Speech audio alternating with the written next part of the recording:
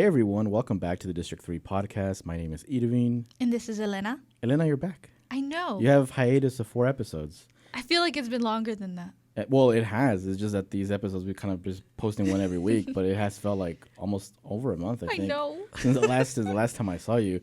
And I mean, it's honestly a scheduling thing. Yeah. It's like it's harder for us to get 3 people, the host, all together, and then at the same time figure out what's best for like the guest, like what time is best for them, and get all 4 of us in one room. Sometimes it's hard. So I'm surprised we've accomplished that so many times. Yeah, we have. I know. I was thinking about that too. I was like, before this, we've done pretty good on scheduling, but recently, I think it's just that end of the year and like, it's been a headache. And Miggs is MIA. Well, yeah. I don't know. Miggs, answer your phone, dang it. He sends me things on Instagram, DMs. And I'm like, do you not see our text messages? And we're not talking about him to talk bad on the podcast, but we want him to listen and be like, Miggs, we kind of miss you. Yeah, Miggs. Yeah, like, because we send text messages to him and he doesn't really answer. And then he sends a funny reel on Instagram and you're like, bro, like, I was asking like how you were through text. I'm just checking in and no answer back. But then he sends me like a random pro wrestling thing. And I'm like, dude, like, I like the video, but like, come home, Miggs. Come home. But what have you been up to, Elena? Man, I don't know. You've been doing other podcasts too. I heard. Yes. Yeah. Which I listened to that episode, which is really cool that you did it with the Saturday Night Sleepover, right? Yes. With Charlie? Yeah, with Charlie, yeah. Do you want to talk about that? Where people can listen to that? Yeah. So I've done only 2 segments with Charlie, who hosts the Saturday Night Sleepover. And it's kind of like a girls-friendly, I mean, it's made for everyone, but I feel like, it's very like we're just kind of dumb girls just talking, it's pretty fun. We're talking about drones in that episode. We talked about drones. We just kind of are talking about whatever is like trending online, and we do research and we put all those links in the in the information. And I mean, like this, it's been kind of crazy recently in the news world, with like Luigi Mangione and like. We didn't even get to talk about that either, which is wild. Right. Yeah, like it was just like, like there's just been like all of this for me, like in that episode, I kind of just was trying to pick, the brains of anyone who wants to listen in, on Spotify, you can comment, just kind of like the ethical like reasoning. And like that day there had been a release that said like 41% of young people approved of like the killing, which is like very interesting. And I kind of looked at like Kyle Rittenhouse, who, shot and killed 2 people during the protest back in 2020 and stuff. And just like kind of like the normalization of like murdering people when we think it's right or better for like the society. And like how kind of creepy that is. I think it's maybe not creepy is the right word, but like, it's like this shift. I also feel like people are kind of numb to it. I mean, for years, people have been like advocating for the death penalty, and there's people advocating against the death penalty. So there's obviously a part of the population that thinks it's okay to murder someone if they murdered someone. Or in this case, some people think it's okay if someone murdered someone because they might have murdered someone through their actions, lack of access White to collar healthcare. crimes are something people don't talk enough about. So that is really, really weird to know that that's going on in the world and stuff. And obviously, I personally never want anybody to be killed. I in all situations, I'm against the death penalty. But I also, I get where people are coming from. I understand the frustration. Just with the access to healthcare, issue. I've had my situations where I've had difficulty getting coverage for certain things. Yeah. And I've had family members also. So those kind of situations, I understand where people are coming from. Yeah. In both sides. So and with Charlie, we just kind of talk about random things like that, and then some fun stuff too. I think we talked about the Hawk Tua crypto coin scam. It's gonna be that kind of episode for because it's because it ties into like real things too. Like Trump is planning to make changes to crypto currency, and that's something we haven't seen, and there's a lot of money going into that right now. So like, what is that going to look like? And they had like an alleged, it's like they call it a rug pull, right? Whenever they open up a coin, but some people have already purchased it, and then they open it up and then they sell it right away, and the value goes down. Or pump and dump, too. Yeah, and people lose money. I saw people that were like, I sold my house and I put it all on Haktua coin. Yeah. I'm like, come on. Yeah. Come on.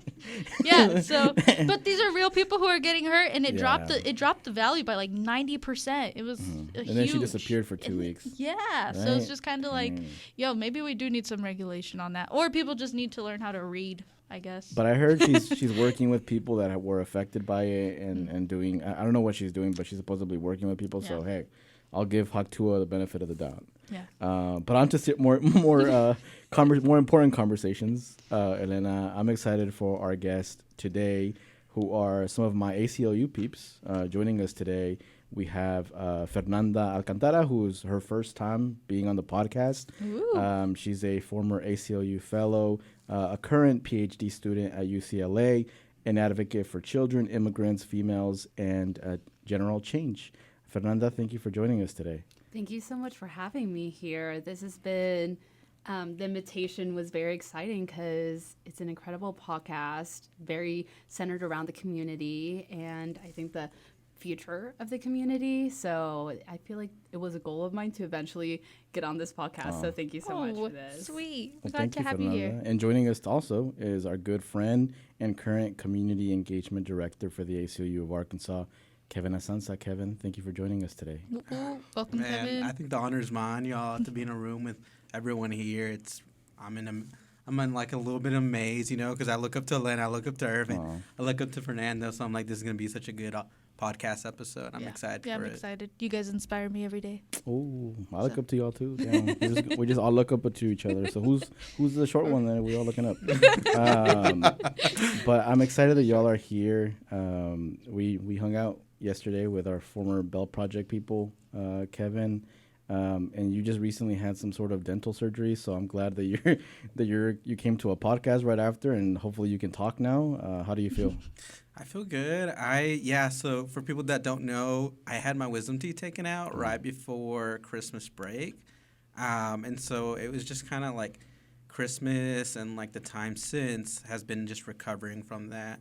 I was telling Irvin that I like got knocked out because they had to like cut in and then take the tooth out, But I was telling Irvin that I woke up super mad from the surgery because the lady was like trying to wake me up and she couldn't. And I don't know for what reason, but she told the other person, she's like, there's another one that can't wake up. And I don't know about that word can't, that word just got me mad. And I woke up like the Undertaker. I was like, I'm getting up. So I got up and I got into the wheelchair. And thankfully, I have friends and family that have been super supportive and helpful. And lots of good medicine, so... You were like, can't? I'm a Mexican. Exactly.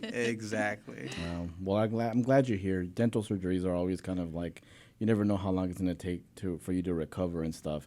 Like Myra had a surgery, not surgery, but it was a cleaning recently, but they had to put her to sleep for it just because she has anxiety with like dental procedures and stuff. So she was also like, but she was fighting the anesthesia. Like they were trying to knock her out and she wouldn't knock out. So the doctor afterwards was like, she was just fine. And then she kind of got mad too. So I get where you're coming from and that you're like, don't tell me what I can and can't do. But Fernanda, you're actually not living here in Northwest Arkansas anymore. You moved to New York, right? And then now you're in Los Angeles. I got to go to New York for the first time. I think it was this year actually in February or January. And I loved it. How has your experience been in living over there, and do you recommend it to other people? Yeah, I moved to New York after graduating from the U of A, and it was for the fellowship with the ACLU. I loved it. I absolutely loved living in New York. I think being there in my early 20s was such a really neat experience, but I really took this as an opportunity to learn and grow in a way that would eventually help me in the future come back here and take what I've learned and help the community here. So while I was there, I mean, I could talk forever about New York itself. Highly recommended. Don't go during the holidays. Don't go during the summer. But during that time, just thinking about what my future looked like, I knew that graduate school was where I wanted to take my next steps to. And so I was looking specifically at PhD programs focusing on Latino politics, and UCLA was the best fit. So the cross-country move to Los Angeles was That's a wild. lot. It was, yeah. Going it from was, one side of the country to the other side? That's yeah, just packing everything in my suitcases and starting over. But I feel like what I'm learning there is going to be extremely valuable. The research I'll get to do, the professors I get to work with, all just very centered around my experiences in Northwest Arkansas and what it meant to be a Latina growing up in predominantly white spaces, oftentimes being the only Latina in the room. And now I get to be in an environment where everyone looks like me and shared experiences. And that has been really liberating and really inspiring and just helping me grow in what it means to be Latina, what it means to be an immigrant, and then just what can we do moving forward? Like, how can we support each other? How can we advocate for policies that favor us and help us overcome like institutionalized obstacles? So LA itself, a lot of traffic, bad drivers, but incredible weather. So I would prefer New York over LA, but just a privilege to get to live in both of those cities, to pursue what I want and what I want to study is incredible. But I don't think I would have been able to do it if I hadn't grown up in Northwest Arkansas and if I hadn't had the experiences here. And I know when I was a DACA recipient, Myra was huge in helping me learn how to advocate for that. And so that's kind of where I learned how to advocate and like for my identity, for things that helped me and supported me. So I love LA, I love New York, but I still very much keep in touch with my roots here and just remembering like these experiences are why I'm in those places. And that's like three different cultures, like living in Northwest Arkansas, then going to New York, and then California is very different too. Yeah. How have you adjusted to all of that? Because I do feel that there is a difference of culture of living in New York and then like living in Los Angeles, which I'm not sure what area you're in, but a good portion of Los Angeles is kind of like Mexico. It's like a very Mexican, like I don't want to say majority, but there's just a lot of Mexican people over there, and Mexican culture kind of dominates in Los Angeles. What has your experience been so far? I mean, incredible food for sure in Los Angeles. A lot of great food. When I moved to New York, it was in August of 22, and I got to experience my first Mexican Independence Day in New York. And they have a parade down Madison Avenue, and I teared up because that was my first time seeing so many Mexicanos in one place celebrating their culture. It was, I just knew I wouldn't have been able to get that in Arkansas. So to get to experience that and then to move to LA where Latinidad is celebrated, you go to any store and they just start speaking Spanish. It's not even your, that English is the first language they're approaching. We have like Vallartas over there, which are like the Mexican Walmarts, and you're like, this is normal. It's normal. And, you know, there's fruit stands on the corners and taquerias on the streets. And just getting to have that, I don't remember much about growing up in Mexico, but I feel it. Like, it very much is like, wow, like, these are my people. And, like, just getting to embrace my culture a lot more. So it's been awesome. I love it. I can't think of anywhere else that both New York and LA that I would have gone to experience both of those things. How did you feel about because you've gone to New York too? What did you feel about like the culture over there, Kevin, whenever you visited? How long were you over there? For a few days? Yeah, I've been a couple times to New York, so I'm really fortunate that, you know, I have friends in New York and my mentor lives in New York, so I've been a few times. And Fernanda used to live in New York too, so I want to go visit her as well. But I love New York. I think I loved, you know, the people, the culture. I think it's a place where everyone like fits in because no one fits in. Like there's not a mold to like what a specific person looks like or what they're supposed to do. Everyone's just hustling. and everyone's doing their own thing, and like at the same time everyone is connected, and I just love New York. Yeah, that's true. It's like they value authenticity more out there. Like we're here, it's like everyone's wearing the same thing around the same time, and if you don't do that, it's like you stand out. So I miss it. I tell Myra I've only been there once, and I've always wanted to go since I was a little kid. I was obsessed with like the World Trade Center when I was a little kid. Like obviously before September 11 happened, like I would look at the encyclopedias in school and go straight to New York to look at the World Trade Center pictures. So I always wanted to go, and obviously I didn't get to see them, right? But I did go to Ground Zero, and I got to visit my favorite building, which was the Empire State Building. Like it sounds a little cringy, but I literally stood outside of the Empire State Building for like 10 minutes and just stared at it. And I was just in awe. Like I was just like, wow, like I've seen this building in movies, I've seen it in magazines, and I'm a big like fan of big buildings. I don't know why, since I was a little kid. And I feel like even we were there for like 3 or 4 days, I feel like it wasn't enough. I want to go back and just, we didn't get to go to the Statue of Liberty. We saw it from far away. We were there to in the actual place where you get on the like a boat and you go over there. But then like there was a lot of people, and we were late for the other one. So we were like, we don't want to go. There's too many people. COVID was still running pretty rampant. So we just saw it from far away. But even that, like I was like, man, like so much of pop culture is influenced by New York. You hear it in the songs, you see it in King Kong, all these different things.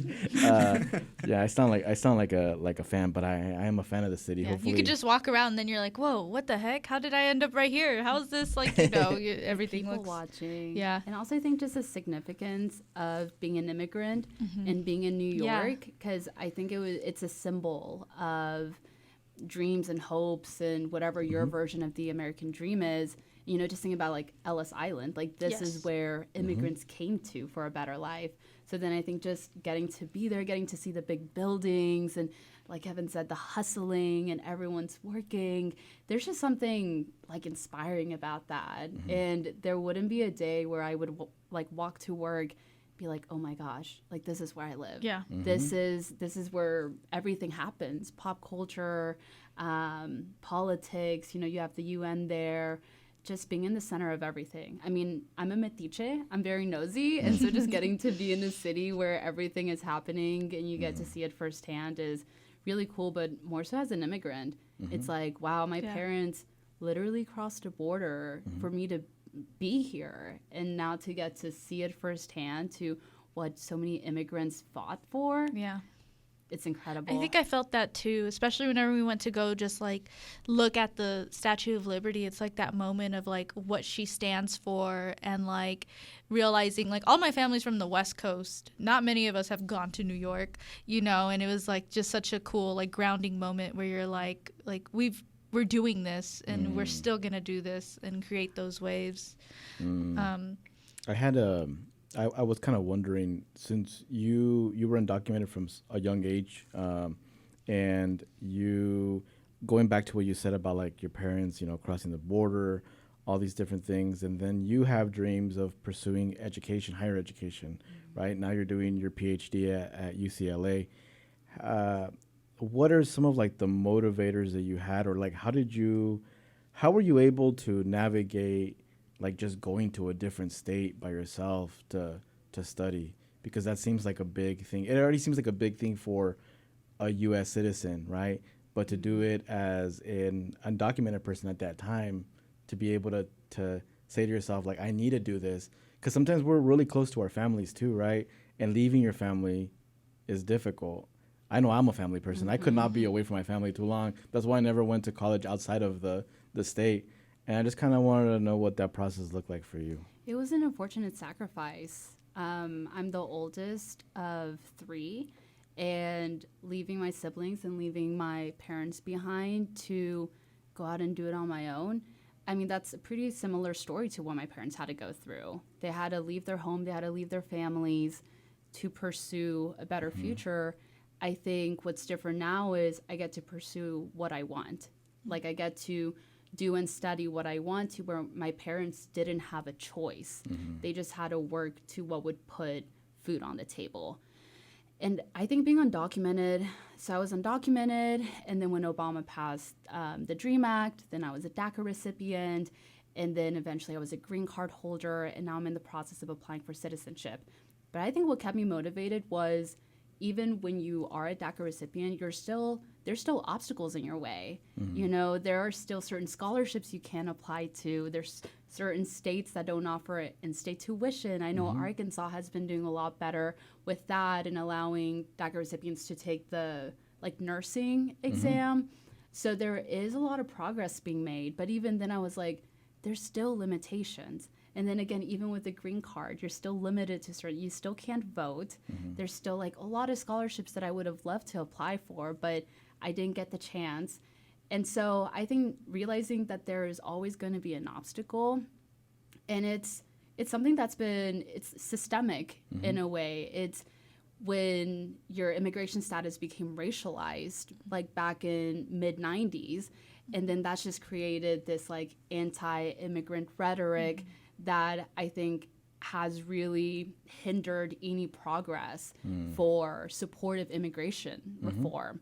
And I think just knowing that like there's got to be a way, right, to make this more equitable for people and to allow youth and families to have a pathway to citizenship or just being a resident. And I think facing those obstacles was my motivation alongside my family. I actually crossed the border with my mom, so that was my firsthand experience. And then just like, what is the American dream for us? You know, is that financial security? Is that being with my family? Is that pursuing higher education? So my family, and I think just experiencing those obstacles was really big for me. And I think Kevin asked me the other day, he's like, if you could do it all over again, if you got to choose, would you do things differently? I'm like, no, because I think the obstacles and the hardships that I faced have made me who I am.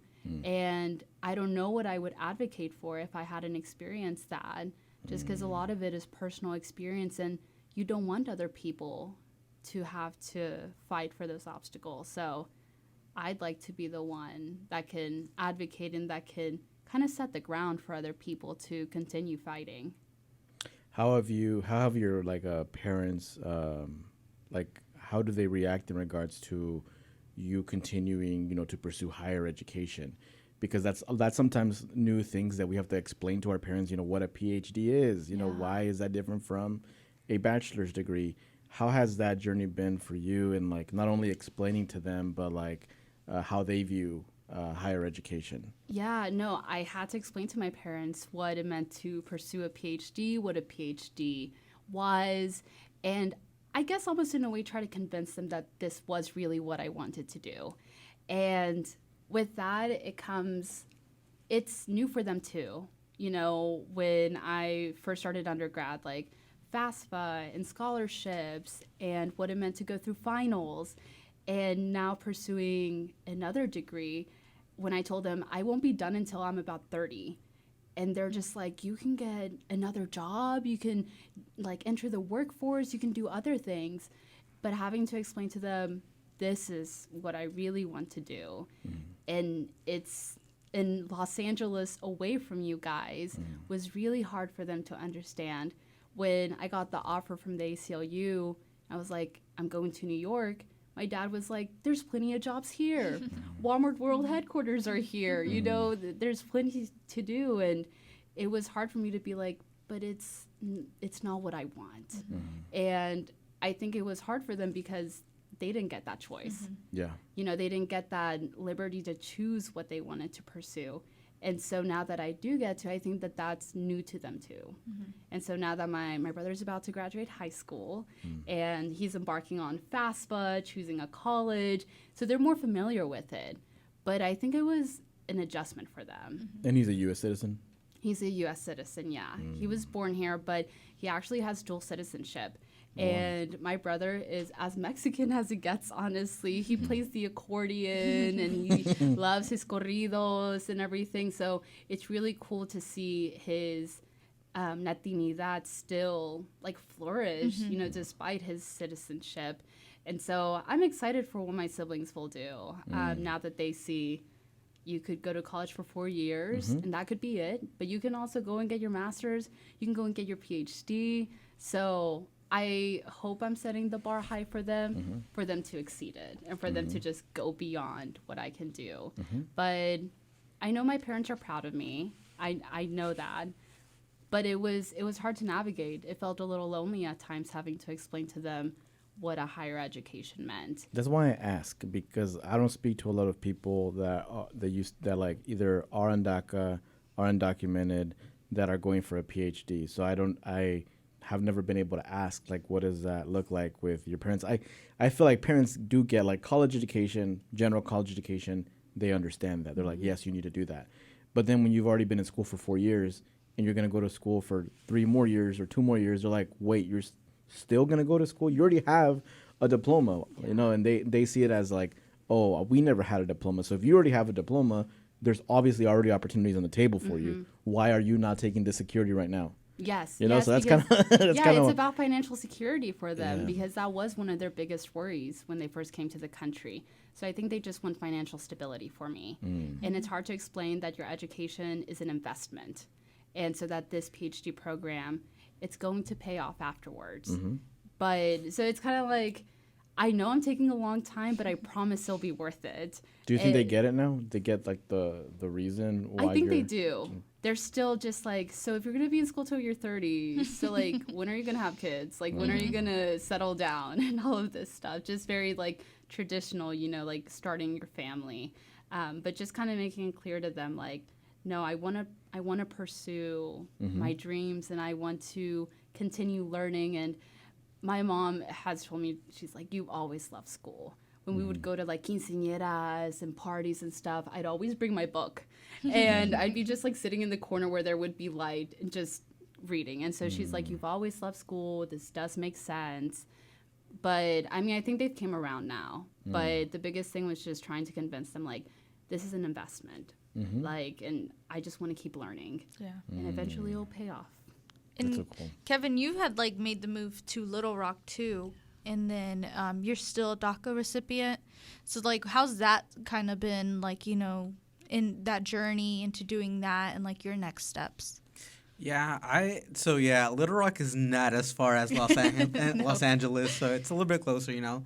I'm super lucky that it's only 3 hours away, because whenever I feel a little homesick, I can just come on down and get a haircut as well, and spend time with my family and friends. But I love being a DACA recipient. I think it's opened so many opportunities for me, both in Northwest Arkansas and in Little Rock. I think I always love being from Northwest Arkansas, and I loved Arkansas. And now that I have moved to Little Rock, I know that I double love Arkansas, because I have 2 communities that I love and that I'm part of, and that support me and help me do whatever I want to do. And ultimately, if I decide to move away or stay in Arkansas, I know that I have support from all over to do what I want to do. So I think I love it. I love Arkansas and my people. How old were y'all when you became when you qualified for DACA? I think I was 18. I know that, like, I don't know. I think I applied earlier and then got denied because, I don't know, some weird thing where I didn't fill it out right. And then eventually I filled it out again at 18 and finally got approved. So 18. How about you, Fernanda? I think I was 15 or 16, recently starting high school. And I mean, at that point, I knew that I'd get to have a driver's license. I'd get to work. So I ended up working at Chick-fil-A throughout high school. But just having that freedom to do things that are quote unquote normal, right, for a teenager. But during that time, my grandma had a stroke, and I was able to apply for, like, advanced parole. And that allowed me to go back and see her, while she was still alive and present. And so that was really important to me with having DACA, like having that opportunity to leave and come back legally again. So I am very, very grateful for it, just for all the opportunities that it provided. It, in a way, let me live like a traditional life where college seemed more attainable to me. And did you all ever, because you got DACA when you were 15 or 16, so that was probably around the age where people were talking about driver's license and stuff. Did you all have moments before that though, where you're kind of like, where it kind of hits you that you were undocumented? Was there something that you didn't have access to or couldn't get access to like right before DACA came out that you can remember? Yeah, for me, I remember one time I was like in elementary school, and I remember like vividly, it was this kind of program where they shuttled like elementary kids to like the university to show them that, this is ultimately what you can do. And I remember applying for that program and getting denied because I wasn't a citizen, or I wasn't, I didn't have any status at that time. And I remember like, it was like super hard because my parents didn't really know English. And I remember like having to go to the office, like the principal's office, to ask for help to fill out the application. And so they helped me out. And I remember like the letter actually came in the mail, and like me, like I don't ever get mail, because I was young, but my mom was always really good about giving me my mail. And so I remember like opening up the mail when I was pretty young and seeing that like I got denied. And that's not even to mention, as I got older, like I couldn't apply for in-state tuition and like scholarships and financial aid and federal aid, really. So I think there's been a lot of opportunities that have been denied, and I think there has been a big fight for the opportunity to have an opportunity. But with that being said, I think exactly what Fernanda said, I don't think I'd take it back for anything. I think it's made me who I am, and thankfully I value every single one of the opportunities that I have. And so with this election that just happened recently, the Trump administration begins on January 20th again. What are y'all's initial thoughts on that? Just when you think about that, what are some of the things that come to your mind? Terrified. It's also like, what a time to be studying political science. But I mean, who knows what will come from this, right? I mean, I know Trump his efforts to take away birthright citizenship, which would be humongous for immigrants, for citizens now, and just really taking us back in terms of the work has been done by decades. But ACLU plug, but luckily there are organizations that are working to keep Trump from doing unconstitutional things as ending birthright citizenship, which is in the Constitution. So, there are certain obstacles that he has to go through in order to achieve something like that. So in a way, like, I still have hope that not all of Trump's efforts will happen, just because hopefully our political system, with things having to go through Congress and then the Supreme Court can fight it. I want to stay hopeful in that there will be pushback on certain things, but it kind of makes it feel distant when you think about pathways to citizenship for immigrants and green card holders and DACA recipients. Now that feels like it's miles away instead of it being like a lot closer. But I'm hopeful. Yeah. Even like for visas, like I remember whenever Trump was first in office, like my family from Mexico could barely even visit us because it was just so much harder to take that step. There's so many, denials happening and just like pushback, and it's like it's such a headache, that other people, some people don't have to worry about. I too am pretty hopeful about things, and sometimes I have people. Whenever Trump was elected, I was like, he's not really gonna do that, and people were like, "You're too naive, Elena." And I was like, no, but there are systems in place, and there are organizations that are going to hold him accountable. And, yeah, he can't do things that are unconstitutional, like there's these, like we've got a system. Hopefully, yeah. right? Yeah. And I guess it's how much trust do we have in that system, in a system that has oftentimes failed us as Latinos, immigrants, working class. So it is like, how much faith can we have? But at the same time, I think faith and hope are the only things we can have. And I think it's more important now than ever to stay united. And I kind of think about the 2006 La Gran Marcha, which in my opinion was the largest mobilization of Latinos that came together. And it's going to take something like that, like a huge mobilization of Latinos to come together and show solidarity. And I mean, if anything, that's, in my opinion, like a silver lining. It's like we have an opportunity to really unite and to, you know, despite nationality differences, I think that it's more important now than ever to stick together and, you know, just show them the power of Latinos.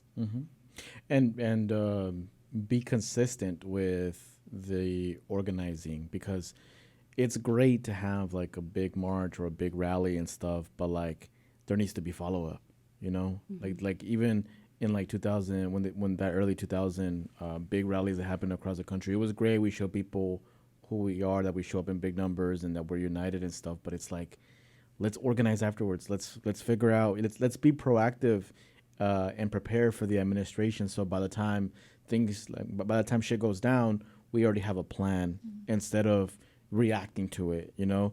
So that's kind of like right now why we're organizing. We're wanting to get people together. You know, and it's not just Latinos. We have Marshallese people. We have Middle Eastern people that are joining us. People that are not undocumented that want to support and want to help out. So I get concerned of like just people not being consistent afterwards, like it being more of a feel good thing to be together and then there not being any follow up, you know. And I think a lot of hard work is coming, especially your way, Kevin, because you're with the ACLU in Arkansas. I don't want to be like the kind of like paranoid person that like says like things are gonna get bad, but shit is gonna go down. Like whether it being with the immigrant community, with the LGBTQ community, you know, there's already, you know, from the initial, from the start of the Huckabee Sanders administration, you know, she targeted Latinx, you know, for no reason on that. There's no reason, like just trying to make a point, you know, with us by using us as a scapegoat, which, you know, Latinos are known for being scapegoats for U.S. government, politicians. How are you feeling knowing that a lot of the work that gets done here in Arkansas is going to have to pass through the organization that we're a part of, and you're an employee, you're there, you know, from an 8 to 5, working on all this, being in the Capitol building in Little Rock, probably having to see any kind of anti-immigrant bill that comes that's going to be presented. Where's your mind right now at the moment when you think of that? I think that's a good question. I think my mind is in community. I do what I do and I love what I do because of the people that are in my life and are part of this great state. So like first thoughts are always, how is this going to affect the people that I love? How is this going to affect generations down the line? And at the same time, on the flip side, they're also the reason why I have hope, you know. I couldn't wish for a better team at the ACLU Arkansas. I have a great boss. Yeah, shout out to Holly. Shout out to Sarah. Those are my bosses. But everyone at the ACLU Arkansas loves its mission. And it works around the clock to do everything they can to do to prevent all this from happening. And so all that to be said is I think community plays a big role in the next 4 years. I think that's where we find our strength. That's where we move forward, and that's where we continue to grow. Because I think it's not so much just stopping what's going to happen, but also shifting and mobilizing and making that change that we want to see. Because ultimately, that starts with us. I can't help whatever gets thrown my way, but I can help how I react to it. I can hope and dream of what I want to be. And, you know, I had this saying on a sticky note in my office, and it's like, if you can't envision it, you can't make it happen. And so, like, I always like to think, like, the people that I surround myself with, like, that's how I want Arkansas to be. I want it to be diverse. I want it to everyone have equal opportunity. I want there to be love. I want there to be justice for everyone. And I think I see that in the community that I serve. So I'm a little bit hopeful, and I'm excited for the next 4 years because a big opportunity for that hope. And I think something that's like important to mention is some of the biggest changes to happen in the United States come from people who try to stop things sometimes, right? Then we do a lawsuit, then we realize, you know what, this is in the Constitution, and then we put protections around it. And I think that sometimes people forget that. Like, that's why I feel kind of hopeful for like DACA recipients, specifically because there's no way that we're going to be able to deport, like, you know, all of these DACA recipients, nor do we want to lose that money. And I think Northwest Arkansas is such an interesting state because we have so many H-1B visas. So, you know, these are people who typically work for Walmart, J.B. Hunt, Tyson, who come from typically like India. We employ some of the most Southwest Asian people here in these parts. So, like, we have money in these, you know, things and in these resources, and they're pulling strings, you know, anywhere. I mean, nurses got their DACA, you know, license. DACA nurses got their license for a reason, you know. And teachers too. Yeah, teachers too. So it's like even though they try to put this like front up of like, oh, we don't like all these, you know, foreigners here.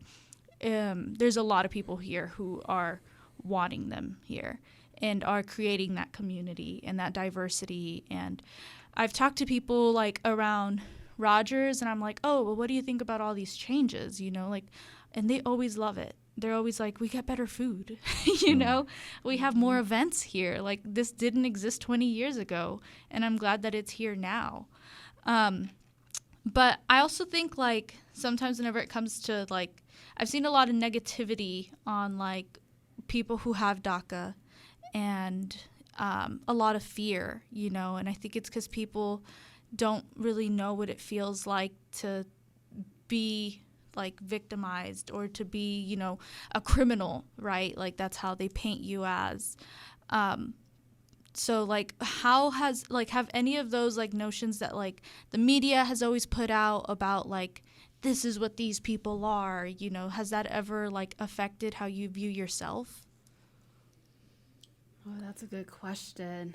I mean, I think sometimes the general public that doesn't understand the requirements and the benefits of DACA completely, it's easy for them to assume, like, well, this was just whatever, random. They're giving it to anyone that applies. And it's like, no, there are very strict requirements along with a monetary restriction, obstacle. And so it's oftentimes hard when you kind of have to explain why you are granted this opportunity and that it's not an easy task when the narrative is oftentimes that immigrants are stealing jobs, committing crimes, and just being portrayed in this very negative light, not just also by like media. Movies oftentimes, shows, music. It's really easy to allow popular culture to sometimes feed into these narratives. But I think, as you guys were mentioning, Northwest Arkansas, it's growing. In, you know, there's been a lot of traffic, and I'm like, what is this, LA?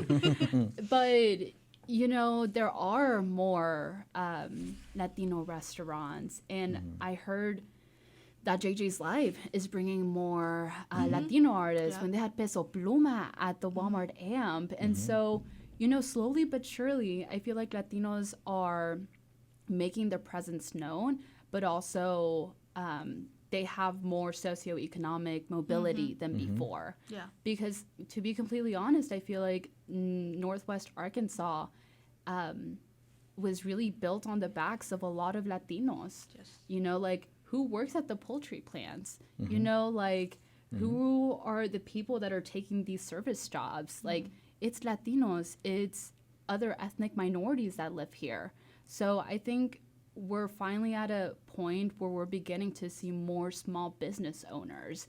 We're beginning to see better food, music, and artists that actually represents the people living here. So it's really cool to get to come back. Thanksgiving, holidays, And I'm like, oh my God, that's a new Mexican restaurant, like a new ice cream place where they, have Mexican ice cream. So it is exciting because I think now we have kind of taken control of what the narrative for Latinos is. It's no longer we're just working these like low-paying jobs. It's like, no, these are business owners. Yeah. These are innovators. They're pouring into the community. The organizing in the community is being led by Latinos. So it's really cool to get to come back here and just get to see Latinos take the spot that they deserve in the community. Yeah. And we voted some Latinos in now too. Yeah, representation. It's awesome. And I think, back in like 2000, I think it was 2013 or 2012, I helped an undocumented friend of mine. Her name is Marisol Soto. She lives in, I think she lives in Pea Ridge. We launched a campaign called Undocumented. I'm not sure if y'all ever even saw that on social media. I think it was probably before y'all were on social media, to be honest. I wasn't even born yet. Yeah. Kevin was like, I'm about 6 years old. So we launched a campaign that actually became national. It was on Univision. We were interviewed for Univision, National, Telemundo, all these different. And what it was is we would show people like data of like how much money undocumented people contributed to the economy. And it was a campaign where like people would take a picture with a dollar bill and they would write undocumented on it. Legally, you can do that. We checked with our lawyers and stuff, right? But it would take a picture on it and just put like hashtag undocumented, and it became like trending on Twitter. It was a big deal, and I thought I was doing a right thing because I was like, okay, we're showing people the value of the money that they bring into this country. And I still think to some extent it's a good thing. But then I did have some people that reached out. We had conversations and I realized that the value of an undocumented person is not always, economic contribution. It's not always, the money that we bring into the area. We bring in culture. We bring in just being a good human, and that should be enough for people to be like, I want you here because you're a good person and because you have a great family and because you love your neighbors, instead of it being just the biggest factor be how much money do you give this country, because we already know that how much money immigrants, undocumented immigrants, like there's literally an account that the U.S. government has of all the money that undocumented people have paid to taxes that they'll never get back in Social Security benefits, and it's just there. They don't know what to do with it. The money's just there. Billions of dollars, probably even more than that. And so I just kind of wanted to say that because that's something that I learned throughout this process of organizing is just not constantly trying to sell why undocumented people are good to our community just because of the money. Because we all have family members that are undocumented, and we love those people, right? And it's not because of how much money they're giving to the government. It's like they're just loving people that I want them in this land. That's, obviously there's a border that separates us, man-made border. So I just wanted to mention that. But going back to what we were talking about like what we're feeling, some of the stuff that has been on the news, some of the stuff that I've heard from the Trump administration that they've done interviews on, I forgot what kind of official this person is, but he was recently interviewed from the Trump administration, and they asked him like, so are you really going to separate families? And he said, no, we're going to send them all together, like out of this country kind of thing. He thought he was being funny, but then that's scary. A lot of these folks that are undocumented, they came here at 2 or 3 years old, and like this is the land that they know. You send them over to Guanajuato or whatever other place, like they're not accustomed to that way of life over there. There's a lot of DACA recipients that I've met that don't even speak Spanish. There's a lot of DACA recipients that I've met that are not Latino either. They come from a European country or they come from an Asian country. So it's important not to put all undocumented people under one umbrella and think it's okay that you're just going to send them back to their native land and that they're going to be able to function, like they function here. And then we've also seen, Trump said in an interview recently that he wants to find a pathway to citizenship for DACA recipients that go to college, that get their college degree. and that's troubling too, right? Because it's kind of like it's a good thing for DACA recipients that go to college, but what about the ones that don't? What about the folks that are not DACA recipients? What about our parents? What about our grandparents? And it's just, I just kind of wanted to know what your thoughts are on that, because for me, it just feels really troubling. Like, we need immigration reform. We need a pathway to citizenship for all undocumented people.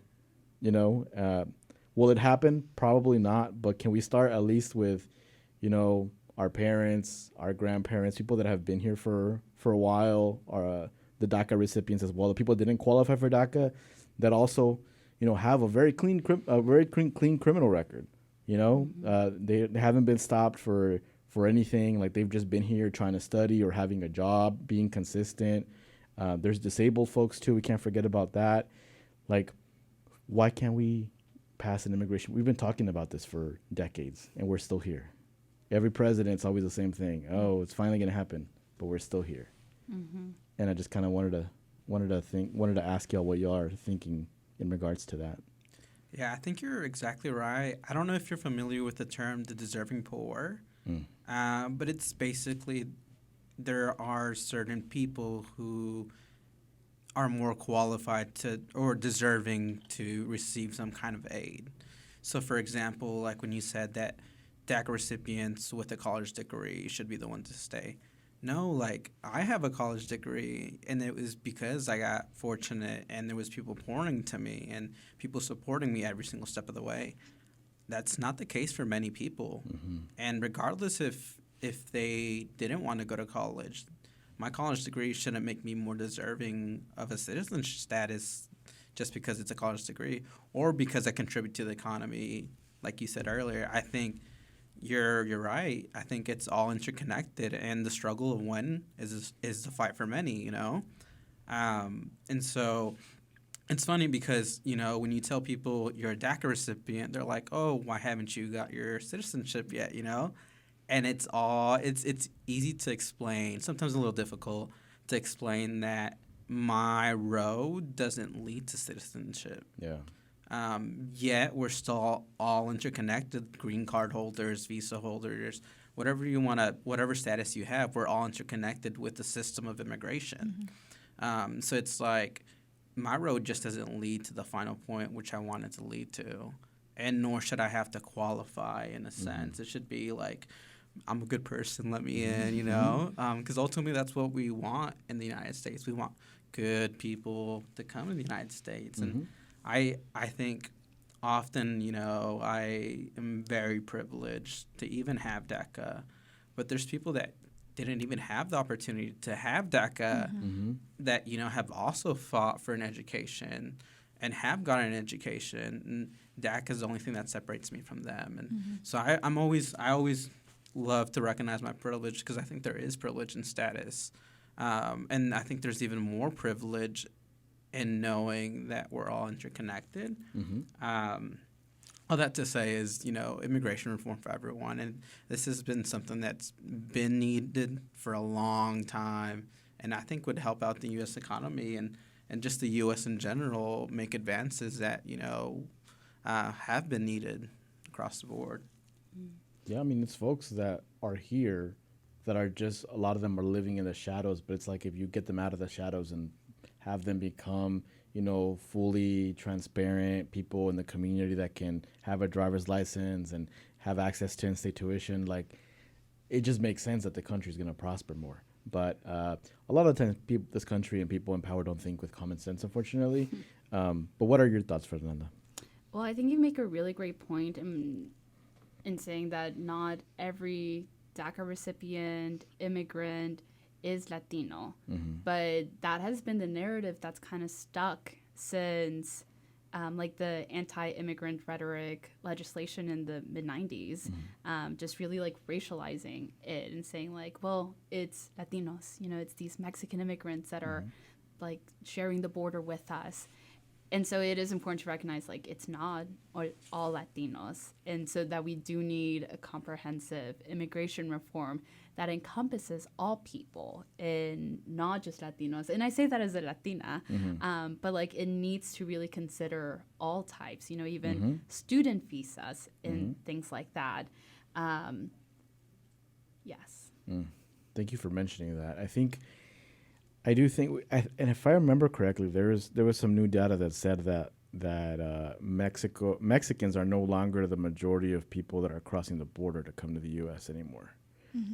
So that should teach people, you know, that it's not just Latino people, and it's not in a way to be like, oh, we're not the only ones at fault. No, I'm just saying that this is a bigger, I don't even want to say issue, because I feel like the issue roots from this country because there's not a good immigration process for someone to come here the legal way, the way people say, and I'm using little quotation marks, when they talk about that. There's no line. Like, for example, with Kevin's situation, there's no line that Kevin can get into right now. There's just a roadblock. You know, like, he's protected, right? But, like, right now, like, he can't do anything. Even though he's ready and able, there's nothing that can get him to that residency status. And that's the frustrating part, because there's people that are just ready and they want to contribute full force. And I know you do, Kevin, so it just frustrates me that this country's still, also think that, like, you know, over the years we have seen changes in immigration in general. Like you said, right now, like, Mexican people are not the biggest people who are crossing the border. And, like, I think over the past 5 years, there has been a border crisis. You know, we've had people from literally all over the world, you know, trying to escape Ukraine, people from China, people that we've never seen at the border out there. And, you know, it's like there is a problem. People go there and they seek asylum, or they go there, they go to the checkpoints, then they can come in. And, you know, there's like, well, you know, at some point, like, when is too much, you know, too much? Or, like, especially when we know there's not going to be a pathway for you. You're just going to be stuck here and, you know, suffering. I think one of the biggest issues is that the U.S. also needs to stop involving ourselves so much in other countries. You know, we help start cartels in Mexico as the U.S.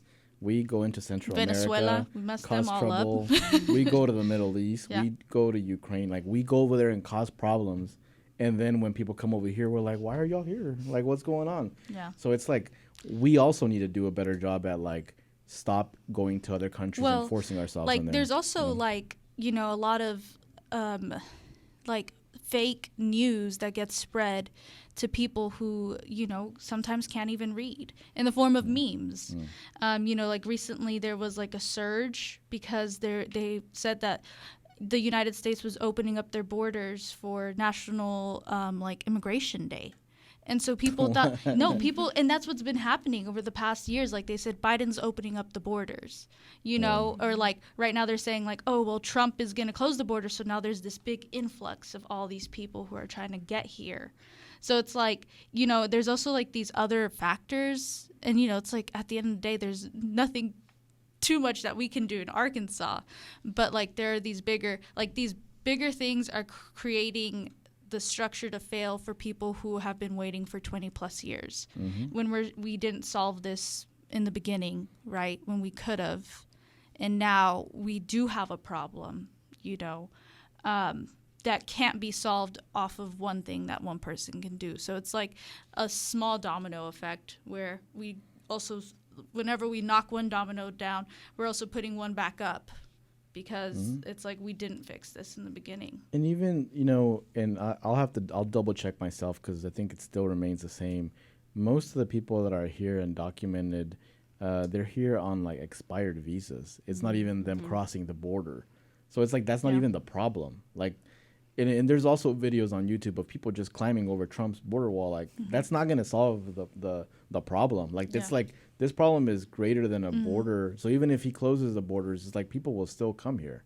But it's like, what can we do to at least, you know, a good majority of people that have been here for a long time already, like, let's legalize them. Let's give them an opportunity to thrive, and they're going to help the economy just by default. Like, it's going to happen, because we're already, you know, there's data out there talking about, like, the billions of dollars of contributions from immigrants in this country. And there could be more money if people could be able to have a job and not have to work under the table, all these different things. So here's to hoping that it happens in our lifetime, even though there's a lot of people that don't feel enough hope to think that it will. But here's to hoping that like our parents get legalized, our grandparents get legalized, and people are able to live, comfortably and thrive with their families here. I do have one last question. Go ahead. Although there is all this negative rhetoric that gets spoken, especially like in the news and with the Trump administration, do you guys still feel like a way because it at least is bringing these conversations to the table that need to be brought, even though it's sometimes in a negative connotation, I think so. I think beginning to talk about this and addressing this is addressing the larger picture of the immigration system sets us up for, it is part of systemic inequality.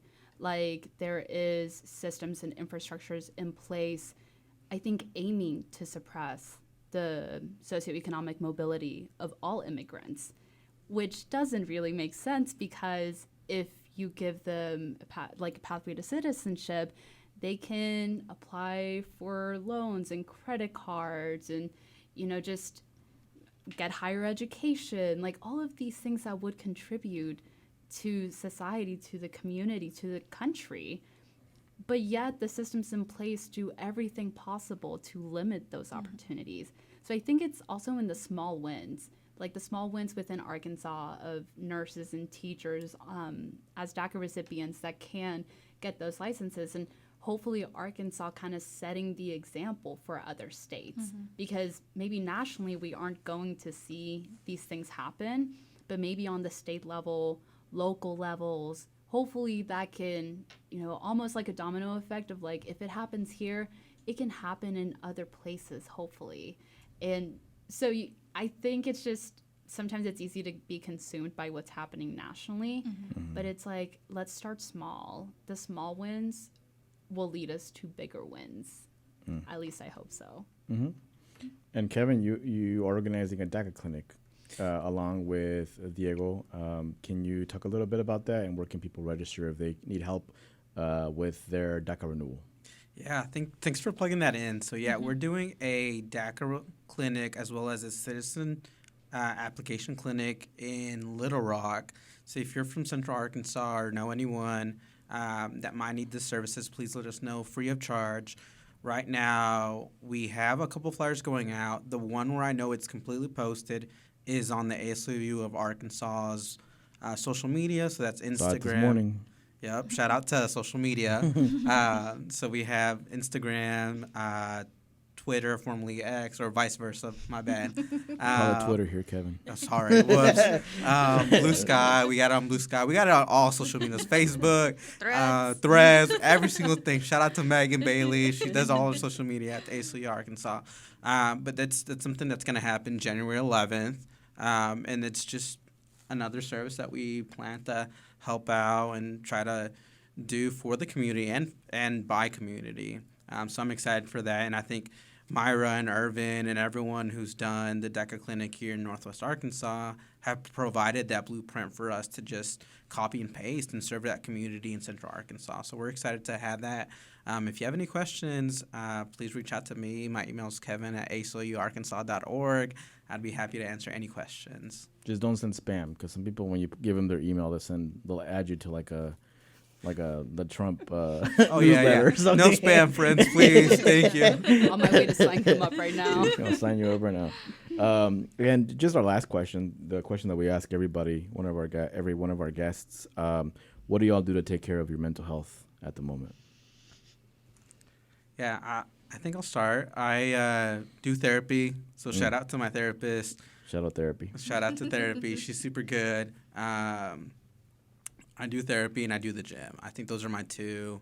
If you don't take care of yourself mentally and you're not well physically, then you can't really, go in other things. And I think also spiritually, I've been praying a lot. And, sometimes when I can't, there's nothing I can do. I leave it to the man who can. It's the big guy upstairs. So that's what I do.